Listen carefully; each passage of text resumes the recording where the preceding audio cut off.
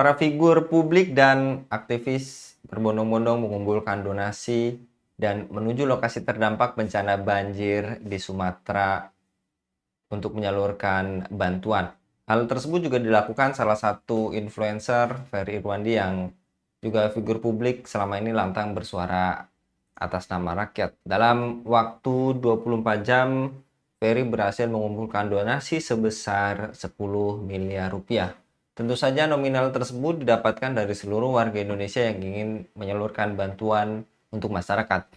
Namun, langkah Ferry dan aktivis figur publik lainnya justru menuai protes dari salah satu anggota DPR, Endi Patwijaya.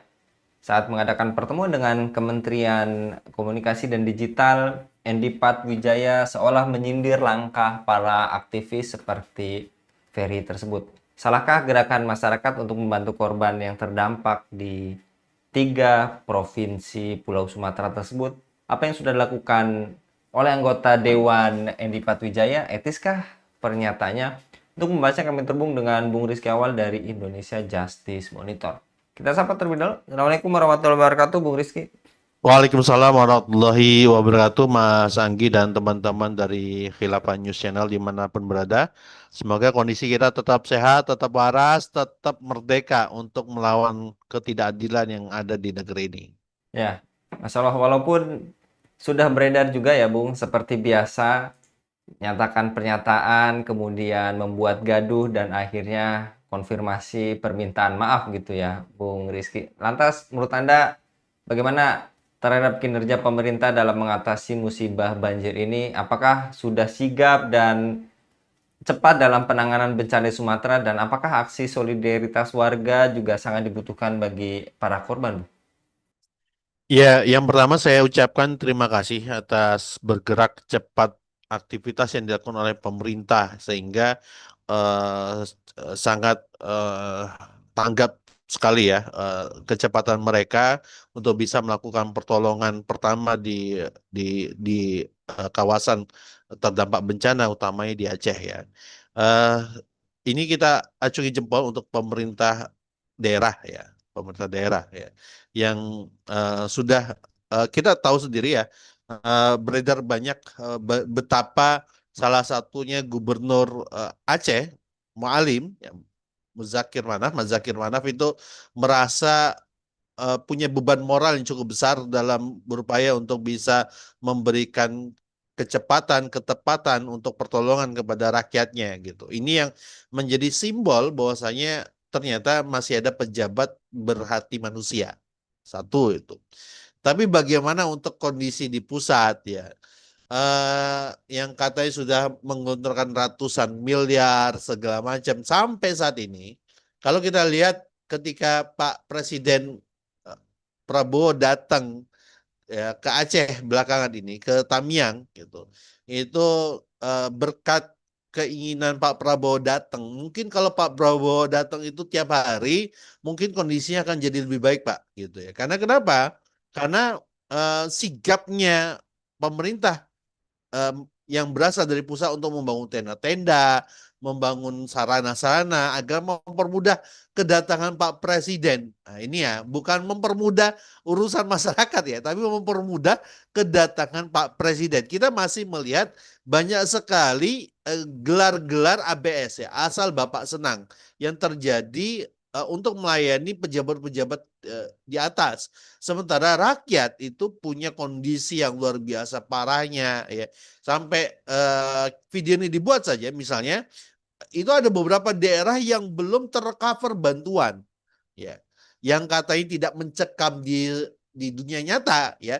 Ini sudah 2 pekan loh teman-teman semuanya. Daerah-daerah ini ya ini terkonfirm ya karena ada beberapa kawan saya yang cukup lama gitu yang saya kenal kemarin dia telepon malam malam malam semalam itu dia telepon bahwasanya dia sampai saat ini hanya tersisa bekal 3 hari ya ke depan kata dia ya artinya 3 hari ini kalau dia tidak dapatkan bantuan niscaya kata dia kampungnya itu krisisnya luar biasa ya saya tanya apakah terdampak sangat terdampak kampungnya kenapa bisa demikian karena aksesnya terputus Ya ini yang mungkin bagi ketua BNPB nasional sebelum dicabut pernyataannya, ini yang disebut tidak mencekam di dunia nyata mungkin ya gitu.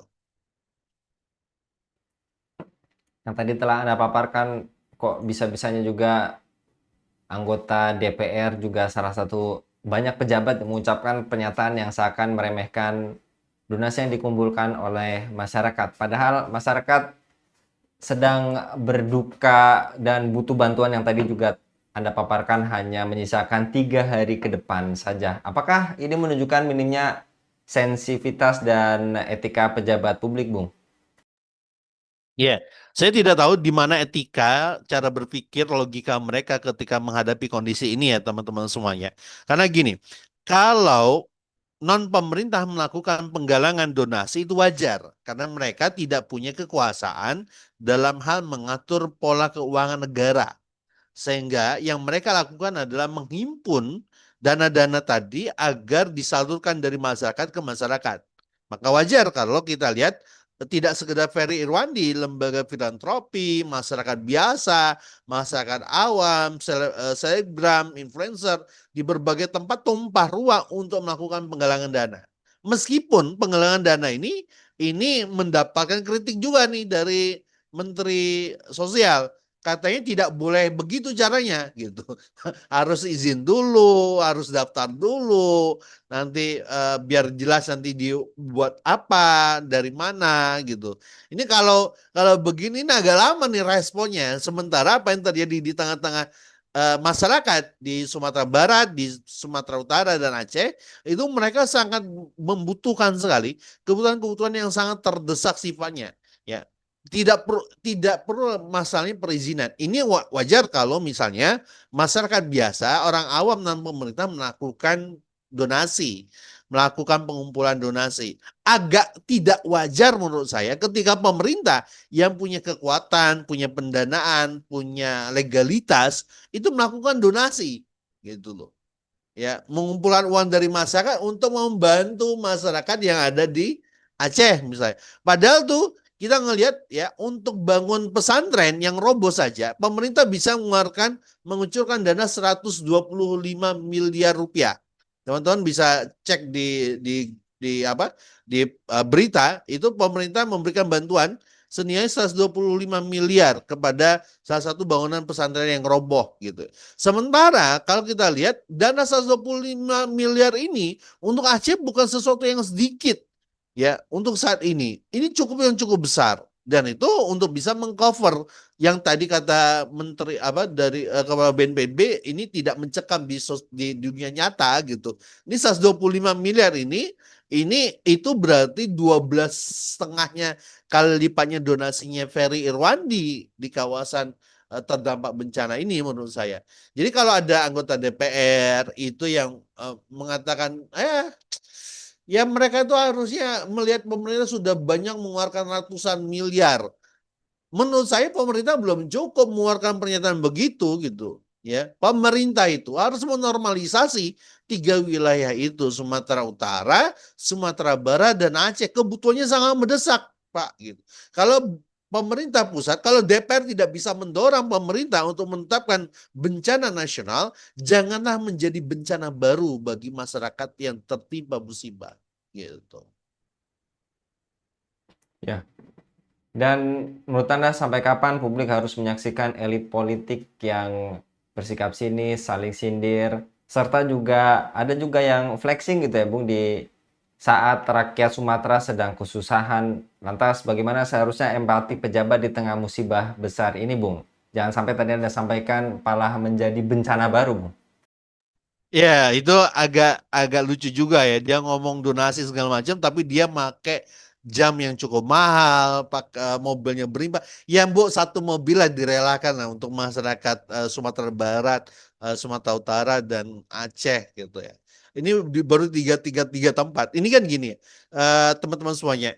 Kalau tsunami di tahun 2004 yang lalu ya itu berarti kurang lebih 21 tahun yang lalu teman-teman semuanya itu dimulai dari apa gempa sehingga tsunami itu menyapu sesuatu hal yang runtuh. ingat ya sekali lagi ya teman-teman semuanya, tsunami di 2004 itu menyapu sesuatu yang runtuh, ya, sehingga barang-barang masyarakat itu cukup terdampak kala itu. Tapi secara fasilitas jalur-jalur yang melalui tempat-tempat itu masih bisa dijangkau. Nah, di 2025 ini banjir bandang ini bukan menyapu sesuatu yang runtuh, tapi meruntuhkan sesuatu yang masih ada. Kenapa bisa demikian banjir bandang ini? Karena membawa ya pohon-pohon yang jatuh dalam kondisi sudah bersih, pohon-pohon itu ya dikuliti sudah bersih, ya kemudian itu sudah ada merek-merek angka-angkanya yang katanya itu sudah lapuk, ya pohon tua yang sudah lapuk karena banjir bandang. Itu banjir bandang itu nggak tahu ya, ini luar biasa banjir di Sumatera Utara, Sumatera Barat dan Aceh ini, karena dia bisa bawa membuat pohon-pohon itu nampak bersih gitu, ya potongan-potongan tercabut dari akar-akarnya itu potongan yang seperti digergaji. Ini luar biasa banjir bandang kita hari ini gitu. Nah, ini yang membuat dampaknya semakin parah. Akhirnya apa? Fasilitas umum, perumahan-perumahan, masjid-masjid, kemudian gedung-gedung dan juga jalan-jalan itu ikut rusak, bahkan jembatan-jembatan. Maka wajar kalau ada beberapa akses yang susah untuk bisa digapai. Nah, kalau pemerintah dan anggota DPR yang punya kuasa nih, ya, itu menyadarkan diri, punya otak untuk berpikir nih, gitu ya. Jangan sekedar buat konten ya, karena ada salah satu anak pejabat buat konten, melihat tuh itu kayu gelondongan sebelah sana itu luar biasa sekali, ya. Padahal bapaknya itu mungkin pernah jadi menteri sesuatu gitu, yang sebenarnya bapaknya itu bertanggung jawab juga dalam perkara ini gitu. Nah, ini menurut saya teman-teman semuanya, sampai kapan kalau ditanya ya, sampai sampai kapan ya, sampai ya kita akan melihat tontonan ini berulang kali teman-teman, ya kita akan melihat tontonan ini berulang kali sampai kita menyadari bahwasanya ada yang salah dari apa yang kita lakukan selama ini dalam sisi politis di negeri ini gitu, sisi politik di negeri ini. Apa itu? Sistemnya, orang-orangnya yang mungkin kebanyakan tidak mengerti bagaimana nurani itu bekerja gitu. Bahkan ada juga yang kalau didata Menteri Kehutanan di era itu, ketika beliau menjabat itu memberikan izin begitu banyak dan saat bencana memikul beras 1 karung gitu ya, Bung. Dan menurut Anda, apakah negara seharusnya hadir paling cepat saat bencana daripada lembaga sosial ataupun tadi sosok-sosok publik figur lainnya? Jika memang belum mampu sigap, mengapa ada oknum yang justru menambah luka masyarakat dengan ungkapan yang tadi yang juga Anda sampaikan, seperti misalnya tidak mencekam seperti di dunia maya, kemudian juga menyalahkan curah hujan dan sebagainya, Bung? Ya tugas kita ini biasanya mencari kambing hitam. Setelah kejadian nyari kambing hitam supaya kambing biasanya bisa dipotong. Ya, ini yang membuat kita itu menganggap kejadian-kejadian begini ini dicarikan kambing hitam yang bisa masuk logika, ya, yang nggak sekolah. Tapi yang untuk yang sekolah berpendidikan menyadari ini ada sesuatu yang salah gitu. Nah, kalau dinyatakan apakah negara pertama harus hadir dalam perkara begini? Menurut saya itu tidak perlu dipertanyakan lagi, Mas Anggi ya. Itu wajib adanya. Ini dengar ya, penguasa-penguasa wajib adanya. Ya. Kalau bila perlu kata eh, eh, apa Gubernur Aceh menyatakan bila perlu itu jangan lari pemerintah gitu. Siapapun kepala daerah jangan lari. Dia dipilih oleh rakyat harus bertanggung jawab juga kepada urusan rakyat ini. Nah, ini ada yang lari umroh lah, ada yang lari nge-karaoke lah, ada yang melakukan pertemuan dengan negara asing lah gitu ya. Bahkan memberikan bantuan senilai 16 triliun untuk mereforestasi hutan di negara tersebut. Bantuan 16 triliun. Menurut saya kalau 1 triliun aja itu diberikan bantuan kepada masyarakat Sumatera Barat, Sumatera Utara, dan Aceh, itu bisa memberikan tanggap cepat sama 2 sampai 3 hari gitu. Gini ya, untuk menjamah daerah-daerah jangkauan-jangkauan yang susah tadi, itu tidak nggak sekedar butuh helikopter BNPB, bila perlu pemerintah menyewa puluhan helikopter untuk memberikan bantuan gitu secara nyata. Satu itu. Kalaupun tidak bisa menggunakan helikopter, menurut saya ya bukan drone-drone yang digunakan untuk bisa memetakan lapangan-lapangan sawit, memetakan lapangan-lapangan tambang itu digunakan sementara disewa untuk bisa memetakan dan memberikan bantuan kepada wilayah-wilayah yang itu secara aktivitas itu susah dijangkau dengan kendaraan hari ini gitu ya. Istilahnya itu terisolir ya, daripada drone-drone ini digunakan untuk mengamati sawit, mengamati pertambangan, perkebunan untuk sementara. 1 minggu aja pemerintah punya duit kok untuk itu gitu loh. Untuk MBG aja pemerintah bisa. Untuk memberikan bantuan kepada pondok pesantren yang bangunannya roboh aja bisa. Saya rasa pemerintah mampu gitu. Nah, saya nggak tahu nih pembisiknya siapa. Ya, pembisik pemerintah ini siapa? Pejabat daerah itu siapa? Pembisik DPR juga siapa ini? Gitu. Kalau belum tahu caranya gimana, yuk DM teman-teman Khilafah News Channel. Kasih tahu, minta tahu gimana caranya menyelesaikan bencana ini. Insya Allah teman-teman Khilafah News ini mau berbagi. Orang-orangnya banyak punya pengalaman juga di bidang yang seperti ini. Kalau pemerintah merasa bersalah. Kalau pemerintah merasa nggak bersalah, ya silakan. Lakukan sepuasnya. Lakukan perbuatan-perbuatan yang memalukan ini terus-menerus. Itu, Mas Anggi. Baik, jazakallah Bung Rizky untuk paparnya pada kabar petang kali ini. Semoga Bung Rizky sehat selalu. Menjadi waras ketika melihat banyak sekali pernyataan-pernyataan tidak waras dibuat oleh pejabat di negeri. Masya Allah, jazakallah sekali lagi Bung Rizky untuk paparnya pada kabar petang kali ini.